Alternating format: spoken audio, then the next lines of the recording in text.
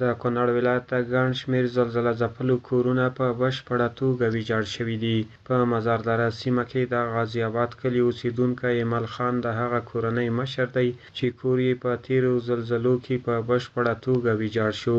اوسمهال دغه کورنۍ په خپل باغ کې په هغه خیمه کې ژوند کوي چې د یو خیریه بنسټ له لوري ورکړل شوې ده.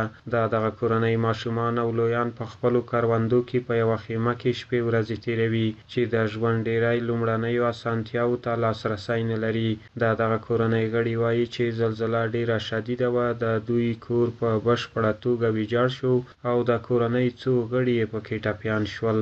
زلزله رامنځته شوه، زلزله وشوه، کورونه مو ویجاړ شولو، رنګ دغه شولو او راکښته شو. دا ځای کې خیمه والده او پکې ناستې دي خوړ غاړه کې بس ساعت تېروونه. زلزله خو داسې زوروره وه چې شپه وه، بیخي په ځان پوه شوي نه یو، چې په ځان باندې پوه شو، وطن نه په دې بله څاټۍ پروت و، څه پکې مړه وو او څه زخمیان وو او داسې ګډ وډ حالات غون خراب وو. نو د 12 بجې زلزله وشوله او چې راپاڅېدلو هر څه بشړنګ پراته وو، هېڅ شی پکې دغه په جوړښت پاتې نه دي او مور او پلار مې پکې زخمیان دي، اوس هم په هسپتال کې دغه دي او باقي موږ الله پاک ساتلي او کورونه او دغه ساحې تاسې په خپله وګتلې چې دغه سړنګې شوي دي او ورانې شوي دي. د زلزلو له امله ځینې کورونه بشپړ ویجاړ شوي او ځینې نور کورونه داسې حالت ته رسېدلي چې د زلزلو د یو کوچني ټکان سره ورانېدلی شي. د زلزلو له امله دغه زیانمن شوي وایي چې د زلزلو ټکانونه اوس هم شته او د دوی ماشومان او کورنۍ په ویره کې ژوند کوي. ستونزې خو دغه دي، بس جمع مخې ته را روان دی او دغه یوه خیمه لرو او نور هېڅ شی نه لرو، د الله نوم لرو، بس دغه ساحې ټولې راولېدلې دي، کالم پکې ډوب شوي دي او هر څه پکې دغه شوي دي.